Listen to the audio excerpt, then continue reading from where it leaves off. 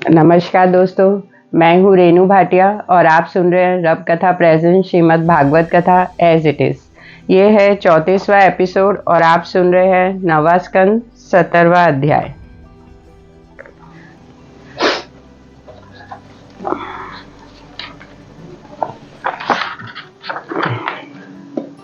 सुखदेव जी ने कहा, हे परीक्षित, पुरुरवा के वंश में राजा नहुष ऐसा प्रतापी हुआ जिसने देवलोक का राज्य किया। उसकी कथा पहले हो चुकी है, अब हम उसके संतान की हाल कहते हैं, सुनो। राजा ययाति उनके पुत्र अति तेजस्वी व प्रतापी होकर एक बार इंद्रपुरी का राज्य किया था। उसकी कथा इस तरह है कि एक दिन राजा इंद्र गौतम ऋषिवर की स्त्री अहल्या को, जो अति सुंदर पंचकन्याओं में थी, देखकर मोहित हो गया और उससे भोग करने की इच्छा की। परमात्मा गौतम ऋषिवर के डर से वहां नहीं जा सकता था। जब इंद्र से बिना प्रसंग किए नहीं रहा गया, तब एक दिन रात को काकरूप बनकर गौतम ऋषिवर के आंगन में वृक्ष पर जा बैठा और बहुत रात रहे बोलने लगा। जब ऋषिवर ने उसकी बोली सुनी तो जाना कि अब थोड़ी रात है। तब वह स्नान व पूजा करने के वास्ते उठकर मकान से बाहर गए। उस समय इंद्र ने घर सूना पाकर अपना स्वरूप ऋषि के समान बना लिया और अहल्या के पास जाकर उससे भोग किया। जब प्रसंग करने के उपरांत अहल्या ने जाना कि यह मेरा पति नहीं है, किसी दूसरे का कपट रूप बनाकर मेरा पतिव्रत धर्म बिगाड़ दिया, तब उसने कहा कि हे अधर्मी चांडाल, तू कौन है, यहाँ से चला जा। जब यह वचन सुनकर इंद्र वहां से बाहर निकलने लगा, तब गौतम ऋषिवर, जो अधिक रात समझकर फिर आते थे, डेढ़ी पे भेंट हुई। तब ऋषिवर इंद्र को देखते ही अपने योग बल से उसके कुकर्म करने का हाल जानकर बोले, हे इंद्र, बड़ी लज्जा की बात है जो तूने अनेक अप्सरा व इंद्राणी के होने पर भी ऐसा अधर्म किया। इसलिए हम तुझे शाप देते हैं कि तू एक भग के वास्ते काक रूप हुआ था, सो मेरे अंग में 1000 भग प्रकट हो जावे। यह वचन ऋषिवर के मुख से निकलते ही इंद्र के शरीर में 1000 भग हो गए। जब मारे लज्जा के वह राज सिंहासन पर न जाकर कमल के डार पर छिप गया, तब ऋषिवर ने इंद्रासन सुना देखकर राजा नहुष को इंद्रासन पर बिठाया। तब इंद्राणी का रूप देखकर राजा नहुष का मन चलायमन हुआ। तब इंद्राणी पतिव्रता ने बृहस्पति जी के आज्ञा अनुसार नहुष से कहा कि तुमने आज तक जो शुभ कर्म किया है उसे बतलाओ। जब राजा ने अपने मुख से अपने शुभ कर्मों का वर्णन किया, तब उसका पुण्य क्षीण हो गया और वह इंद्रलोक से गिर पड़ा। बृहस्पति जी ने जाकर इंद्र को कमलनाल से बाहर निकाला और उसे यज्ञ करार कर ऐसा आशीर्वाद दिया कि वह 1000 भग आग के समान हो गई। तब इंद्र अपनी गद्दी पर आकर राज्य करने लगा। इतनी कथा सुनाकर सुखदेव जी बोले, हे राजन, अब हम नहुष के दूसरे वंश की कथा कहते हैं, सुनो। उसके वंश में धन्वंतरी नाम का एक वैद्य ऐसा महात्मा हुए कि जिसका नाम लेने से मनुष्य का रोग व दुख छूट जावे। उनके वंश में राजा कुवल याशव बड़ा प्रतापी हुआ। उसके मांदसालसा नाम की स्त्री से अलर्क आदि पुत्र उत्पन्न हुए। राजा अलग 66,000 वर्ष राज्य करके तरुण बना रहा। रानी मंदलसा अपने बेटों को बाल्यावस्था में ज्ञान सिखलाया करती थी। उसके मरते समय अपने पुत्र राजा अलर्क को 2 श्लोक देकर कहा कि तू इसे यंत्र बनाकर अपने पास रख। जब तेरे ऊपर कुछ विपत्ति पड़े तब इस श्लोक को पढ़कर उसी के अनुसार करना। राजा अलर्क ने उन दिनों श्लोकों का यंत्र बनाकर भुजा में बांध लिया और संसारी सुख में फंसकर राज्य करने लगे। जब दूसरे राज्य ने उसे सुख व विलास में फंसा देखकर तब आकर अपनी सेना से उसका नगर घेर लिया। जब राजा अलर्क ने देखा कि मेरे प्राण व राज्य बचना कठिन है, तब अपने ऊपर विपत्ति जानकर दोनों श्लोक यंत्र से निकालकर पढ़ा। उसमें लिखा था कि महात्माओं के सत्संग के सिवा दूसरी संसारी वस्तुओं से प्रीति न करना, संसारी लोगों के संगमी व प्रेम करने के पीछे दुख होता है। जगत का व्यवहार स्वप्नतम समझकर उससे मन न लगाना चाहिए। संसार में चाह रखना यही दुख की फांसी है। जब उन श्लोकों को पढ़ने से राजा अलर्क को ज्ञान उत्पन्न हुआ, तब वह विरक्त होकर वन की ओर हरि भजन करने चला। उस समय दूसरे राजाओं ने जो उनके नगर घेरे थे, यह हाल सुनकर राजा अलर्क से जाकर पूछा कि तुम बिना युद्ध किए हार मानकर वन में क्यों जाते हो। अलर्क ने उत्तर दिया कि राज्य करने के उपरांत नरक भोगना पड़ता है, इसलिए मैं राज्य नहीं करूंगा। तुम मेरी राजधानी लेकर आनंद पूर्वक सुख करो, मुझे लड़ने की इच्छा नहीं है। जब यह वचन सुनकर दूसरे राजाओं को नरक भोगने के डर से ज्ञान उत्पन्न हुआ, तब उन्होंने राजा अलर्क का देश लेना उचित नहीं समझा और अपने अपने देश को चले गए। राजा अलर्क फिर धर्म पूर्वक राज्य करने लगा। इतनी कथा सुनाकर सुखदेव जी बोले, हे राजन, देखो हरिभजन ऐसा प्रताप है कि जैसे ही राजा अलर्क ने हरिभजन करने की इच्छा की, वैसे ही नारायण जी की दया से उनका दुख छूट गया और जो लोग परमेश्वर का तप व स्मरण करते हैं उन्हें न मालूम कैसा सुख मिलेगा। उसी अलर्क के देश में राजा रंबस ऐसा महात्मा व ज्ञानी हुआ कि जिसके कुल में सब ब्राह्मण हो गए। उसके वंश में राजा रज बड़ा प्रतापी व धर्मात्मा हुआ। उसके 500 पुत्र अति बलवान हुए। एक बार इंद्रादिक देवताओं का राजा दैत्यों ने छीन लिया था। जब इंद्र ने बृहस्पति के आज्ञानुसार राजा रज से सहायता चाही, तब उसने अपने 500 पुत्रों के साथ लेकर इंद्र की सहायता की। जब दैत्यों को जीतकर इंद्रासन देवता को देने लगा, तब इंद्र ने कहा कि देवलोक का राज्य आप कीजिए। इंद्र अधिक देवताओं के कहने पर बहुत दिनों तक देवलोक का राज्य करने वह मर गया। तब उसके बेटा इंद्रलोक का राज्य बरजोरी करके यज्ञ में इंद्र का भाग लेने लगे और इंद्रादिक के मांगने पर भी देवलोक का राज्य नहीं छोड़ा। तब देवताओं ने विनय करके बृहस्पति ने अपने तपोबल से राजा रज के बेटों को मार डाला। जब उनमें कोई जीता नहीं बचा, तब इंद्रादिक देवता बृहस्पति गुरु की कृपा से इंद्रपुरी का राज्य पाकर अपना भाग आनंद पूर्वक लेने लगे। 18वां अध्याय। सुखदेव जी बोले, हे परीक्षित, राजा नहुष ने ययाति आदि 6 बेटे बड़े प्रतापी हुए। जब राजा नहुष ऋषिवरों के शाप देने से अजगर होकर कुरुक्षेत्र में गिर पड़ा, तब उसने राज सिंहासन पर अपना पुत्र ययाति बैठा। वह बड़ा धर्मात्मा व चक्रवर्ती राजा हुआ।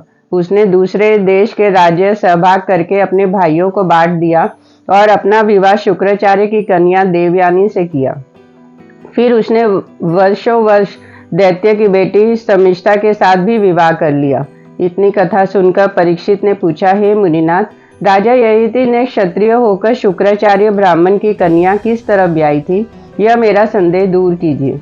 यह बात सुनकर सुखदेव जी बोले, हे राजन, वर्षपर्वा दानव दैत्यों का राजा था।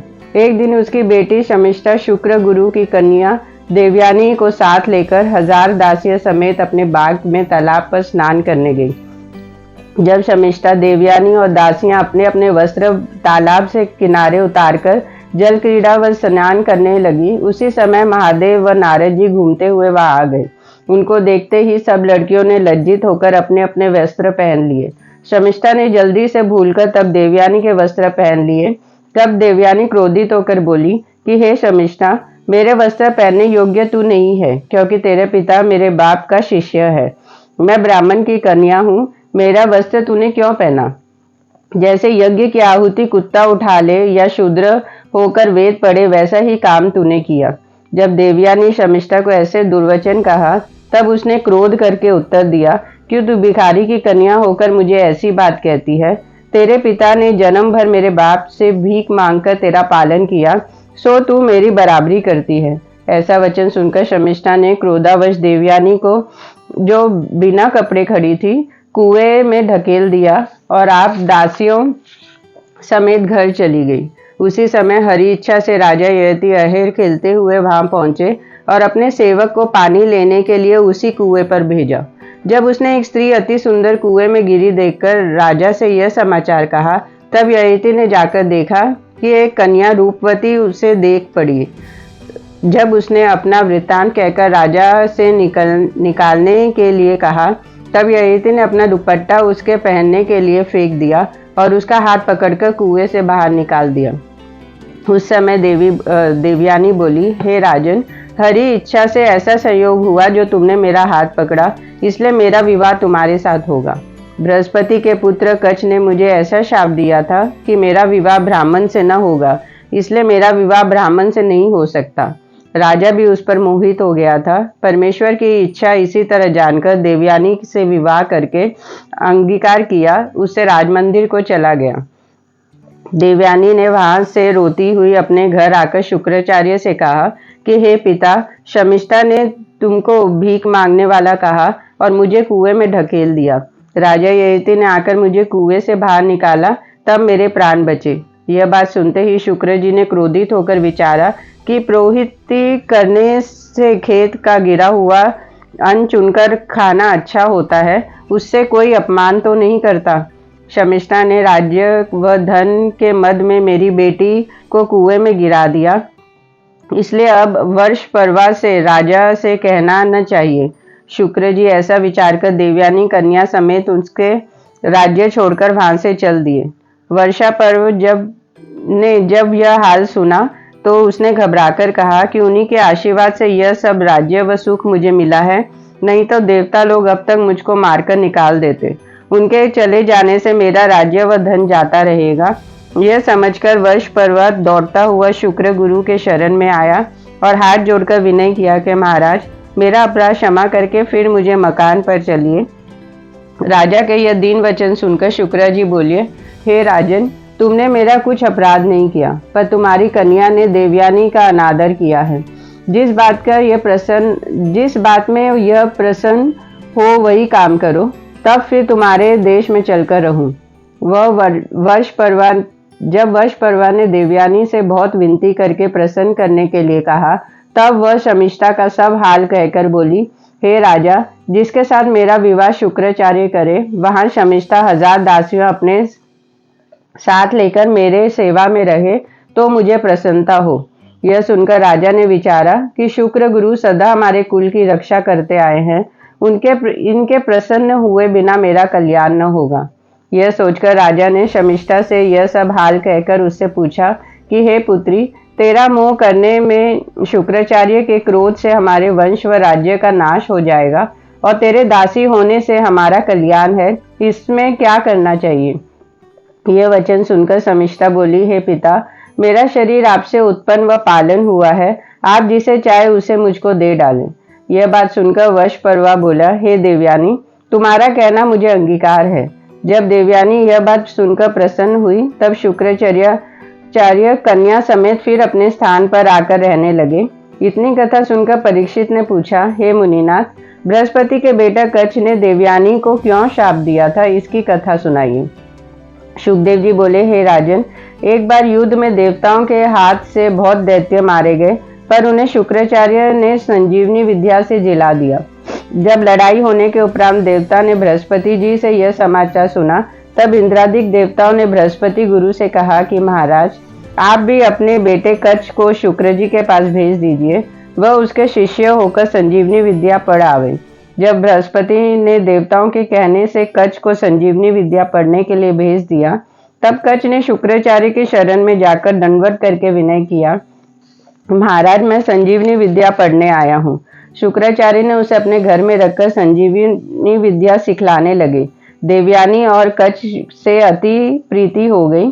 जब दैत्यों ने यह समाचार सुना कि बृहस्पति का पुत्र हमारे गुरु से संजीवनी विद्या पढ़ता है, तब उन्होंने सलाह दी कि संजीवनी विद्या पढ़कर हमारे शत्रुओं को जिला दिया जाएगा तो अच्छा नहीं होगा, इसलिए इसको मार डालना चाहिए। एक दिन कच्छ शुक्र गुरु की गौ चराने के लिए वन में गया। दैत्यों ने उसके अंग के टुकड़े टुकड़े करके एक गड्ढे में फेंक दिया। जब संध्या समय वो गौ चराकर नहीं लौटा, तब देवयानी बोली, हे पिता, कच्छ अब तक गौ चरा के नहीं आया। शुक्राचार्य ने योग बल से विचार कर कहा, हे पुत्री, उसे दैत्यों ने मार डाला, वह किस तरह आवे? यह सुनकर देवयानी सोच करने लगी। जब शुक्र जी ने कच्छ को संजीवनी विद्या से जिला दिया। यह समाचार पाकर दैत्यों ने आपस में कहा, शुक्र गुरु यदि इसी तरह उसको जिला दिया करेंगे तो हमारे मारने का क्या लाभ होगा। ऐसा उपाय करना चाहिए जिसमें वह जिला न सके।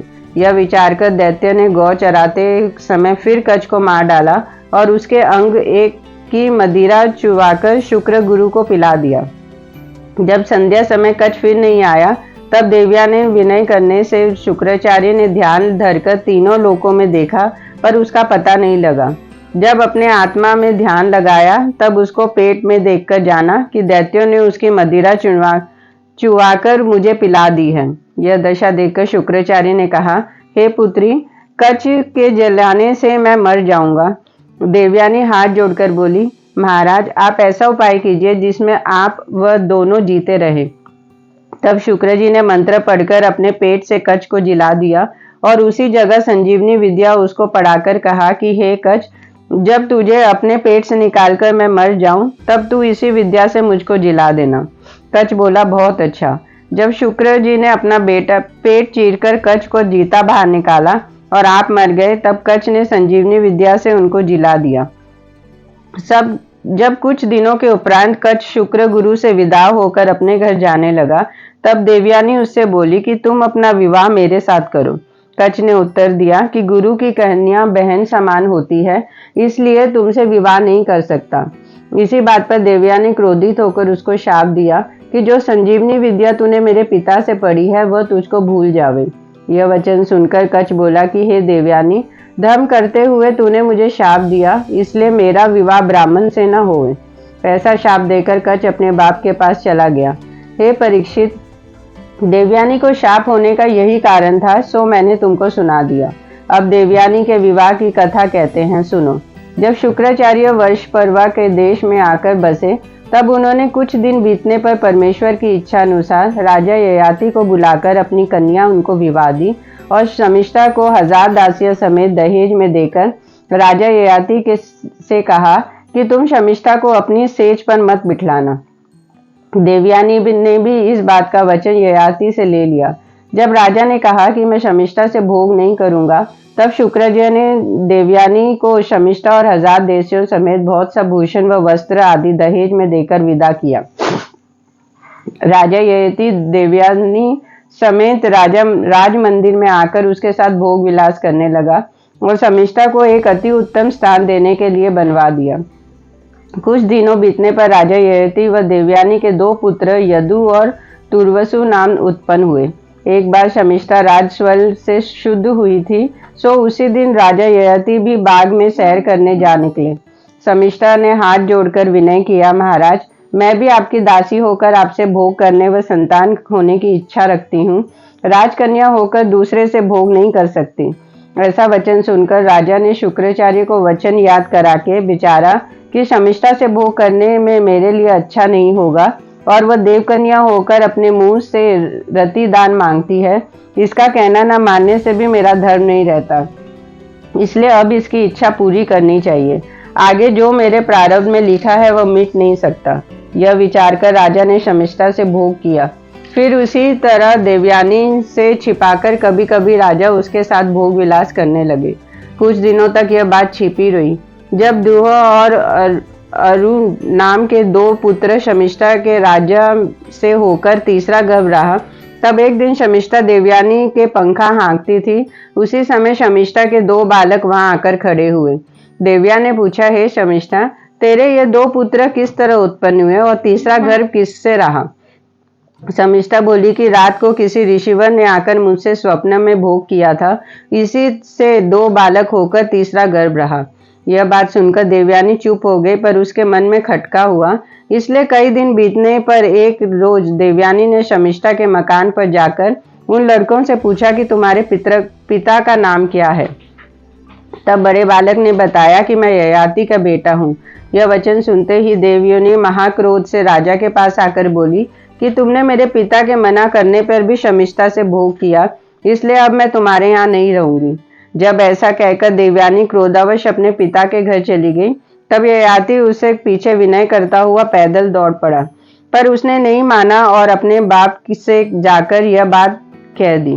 राजा ययाति भी वहां पहुंचकर खड़ा हुआ।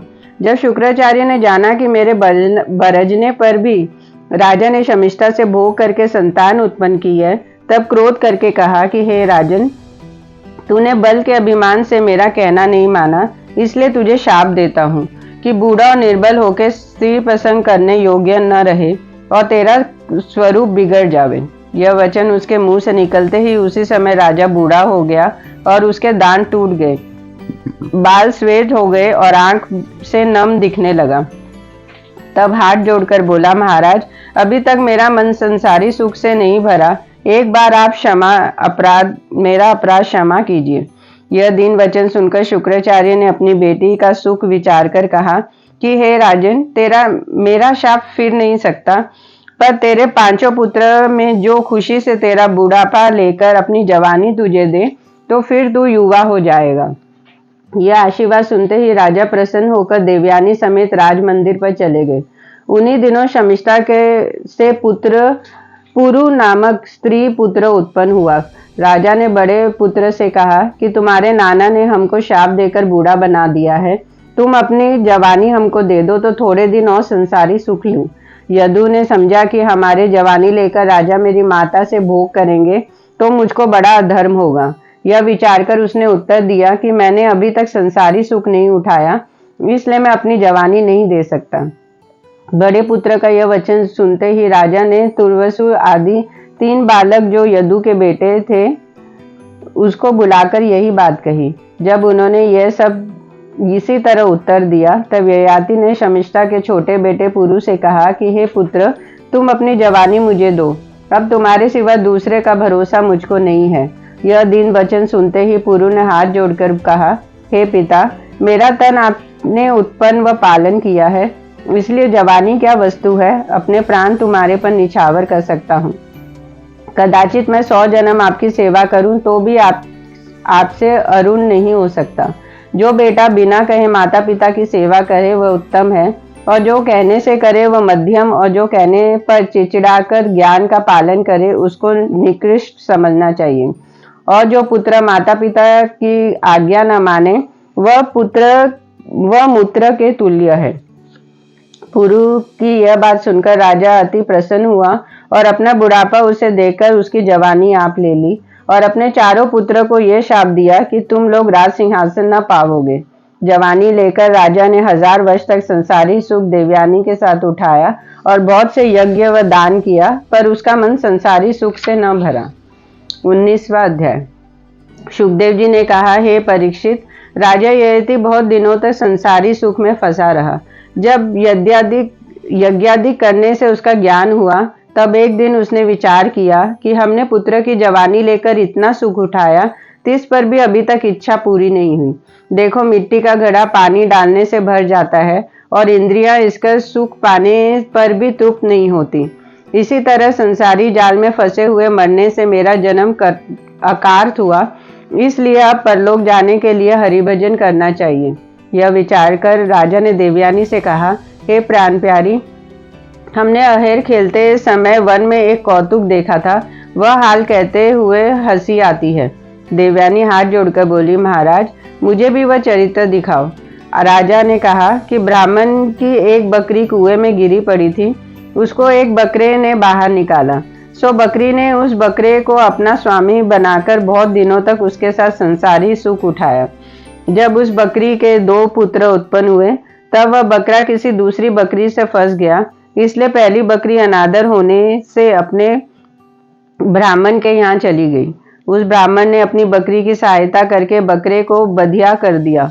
जब बकरे ने ब्राह्मण के अति विनती की और ब्राह्मण ने दयालु होकर फिर उसे ज्यों का त्यों बना दिया, तब वह बकरा फिर संसारी सुख में फंस गया। यह वचन सुनकर देवयानी बोली, महाराज, वह बकरा बड़ा मूर्ख था जो बकरी के साथ भ्रष्ट हुआ।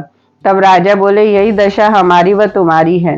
हे देवयानी, मनुष्य को चाहे संसार में सब धन, स्त्री व 7 द्वीपों के राज्य मिले और हजारों संतान उत्पन्न होकर सब मनोरथ पावे, तिस पर भी उसका मन संसारी सुख में नहीं भरता। जिस तरह आग में घी डालने से ज्वाला बढ़ती है, उसी तरह प्रतिदिन तृष्णा अधिक होती है। इसलिए अब विरक्त होकर हरिभजन करना चाहिए। जब यह वचन देवयानी ने पसंद किया तब राजा ययाति ने अपने छोटे बेटे पुरु को जवानी फेरकर अपना बुढ़ापा उससे ले लिया और राज्य सिंहासन पर उसे बिठाकर दूसरे चारों बेटों को चारों दिशाओं का राज्य बांट दिया। आप देवयानी समेत बद्री केदार में चले गए और परमेश्वर का तप व ध्यान करके मुक्त हुए। 20वां अध्याय। शुकदेव जी बोले, हे परीक्षित, अब मैं राजा पुरु के वंश की कथा सुनाता हूँ। जिस कुल में तुमने जन्म लिया है सुनो। पुरु के वंश में कई पीढ़ी बीतने पर दुष्यंत नाम का राजा बड़ा प्रतापी हुआ। एक दिन वह वन में बाहर खेलने गया, तब उसने करव ऋषिवर की कुटी में एक कन्या अति सुंदर देखी और उस पर मोहित होकर पूछा, हे प्राण प्यारी, तू देव कन्या के समान किसकी बेटी है? कोई राजकन्या भी तेरे तुल्य न होगी। इसलिए तेरा स्वरूप मेरे हृदय में बस गया है। यह वचन सुनते ही शकुंतला बोली, हे राजन, मैं विश्वामित्र ऋषिवर और मेनका अप्सरा से उत्पन्न हुई हूँ। इस बात का कौरव ऋषिवर जानते हैं। आप मेरे स्थान पर टिककर जो आज्ञा देंगे, कन मुलादिक व लोटे भर पानी से आपका सम्मान करूं। यह बात सुनते ही राजा प्रसन्न होकर बोले, कन्या का भी स्वयंवर करना धर्म है। यह कहकर राजा बड़े प्रेम से रात्रि को उसके स्थान पर टिके और दोनों ने प्रसन्नता से आपस में गंधर्व विवाह करके भोग किया। हरि इच्छा से उसी दिन उसका गर्भ रह गया। जब प्रात समय राजा शकुंतला को उसी तरह छोड़कर राजमंदिर पर चले गए, तब कण्व ऋषिवर ने जाना कि इसके राजा से गर्भ रहा है। 10वें महीने एक बालक अति सुंदर व ऐसा बलवान उनसे उत्पन्न हुआ, जो लड़कपन में सिंह के धनुष बाण से बाधों को मारने लगा। जब कण्व ऋषिवर बोले कि हे शकुंतला, तू अपने बालक का राजा के पास ले जा। जब ऋषिवर की आज्ञा से शकुंतला ने अपना बालक किए हुए राजसभा में जाकर कहा कि हे पृथ्वीनाथ, मैं आपकी स्त्री हूँ, राजकुमार समेत आई हूँ। तब राजा बोले, मैं तुझे नहीं पहचानता, तू कौन है और यह बालक किसका है। जब दुष्यंत ने जानबूझकर यह झूठ वचन कहा, तब राजसभा में यह आकाशवाणी हुई कि हे राजा, शकुंतला सच कहती है। यह बालक तुम्हारे वीर्य से उत्पन्न हुआ है, इसलिए तुम इन दोनों को अपने घर रखो। धर्मात्मा पुत्र अपने पिता को नरक जाने से बचा लेता है। जब यह आकाशवाणी सब सभा वालों ने सुनी, तब राजा ने देवताओं को आज्ञा से शकुंतला को अंगीकार किया और उसे पुत्र समेत राजमंदिर में भेज दिया। उस बालक का नाम भरत रखा। राजा के मरने के उपरांत वही लड़का, जो परमेश्वर का अंश था, राजगद्दी पर बैठकर ऐसा चक्रवर्ती व प्रतापी राजा हुआ, जिसने 133 अश्वमेघ यज्ञ किए और बहुत से रत्नाधिक ब्राह्मणों को दान दिया। उनके यज्ञों से इंद्र कई बार श्याम कर्ण घोड़ा चुरा ले गया, किंतु राजा भरत अपने प्रताप व बल से घोड़ा छीन लाया। उसके राज्य में कोई दूसरा राजा अश्वमेघ यज्ञ नहीं कर सकता था। जितने मलेच्छ व दुखदायी राजा पृथ्वी पर थे, उस सबका उसने नाश कर दिया और 7 द्वीपों के राजाओं को अपने सेवा में रखा। अपने बल से दैत्यों को जीतकर इंद्रादिक देवताओं को देवलोक का राजा दिला दिया। उसने राज्य में पर्वत व समुद्र दिक अनेक तरह के रत्न, सोना, चांदी आदि सदा इस वास्ते प्रपंच करते रहते थे, जिसे जो इच्छा हो वो मिल जावे। इसी तरह 27,000 वर्ष भरत ने इंद्र के समान चक्रवर्ती राज्य किया और तप करने से उसका पराक्रम बना रहा। राजा भरत ने अपने 3 विवाह विदर्भ देश के राजा की बेटियों से किए।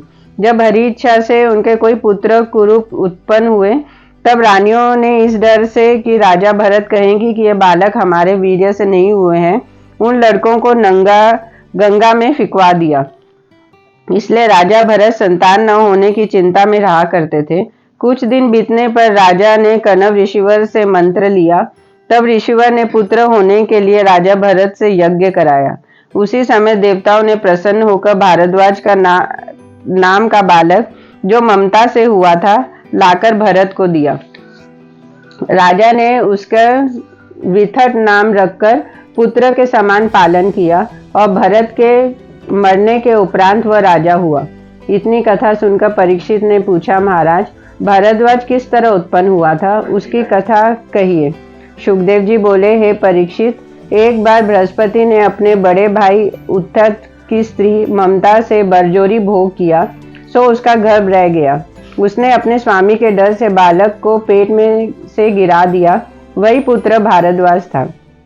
जब बृहस्पति के समझाने और आकाशवाणी होने पर भी ममता ने उसका पालन नहीं किया, तब मरुत देवता ने, जिसके नाम का यज्ञ भरत ने किया था, उस बालक को लाकर राजा को दे दिया।